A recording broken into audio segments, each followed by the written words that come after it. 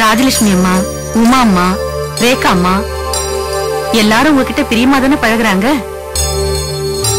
இந்த சமயத்திலேயே அவங்க கிட்ட நீங்க யாருங்கிற உண்மைய சொல்லிட வேண்டியதானம்மா? இல்ல சரசு, இன்னொரு வேலை பாக்கி இருக்கு. அதையும் முடிச்சுட்டு தான் சொல்லணும். சரிங்கம்மா.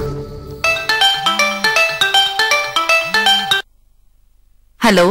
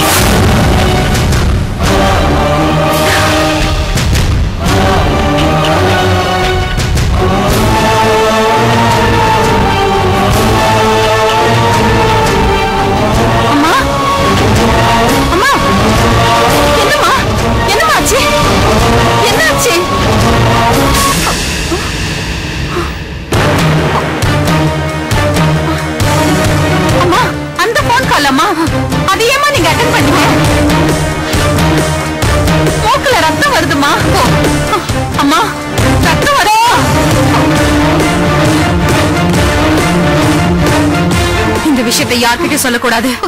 சொல்ல மாட்டேமா, சத்தியமா சொல்ல மாட்டேமா.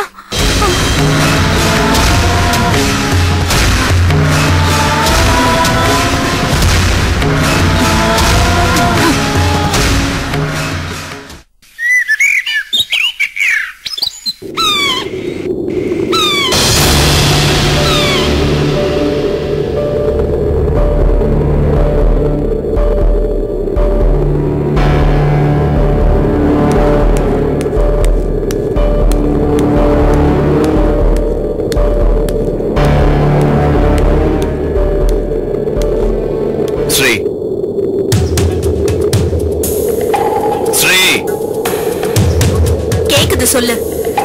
கிளம்பு. எங்க? கோயிலுக்கு.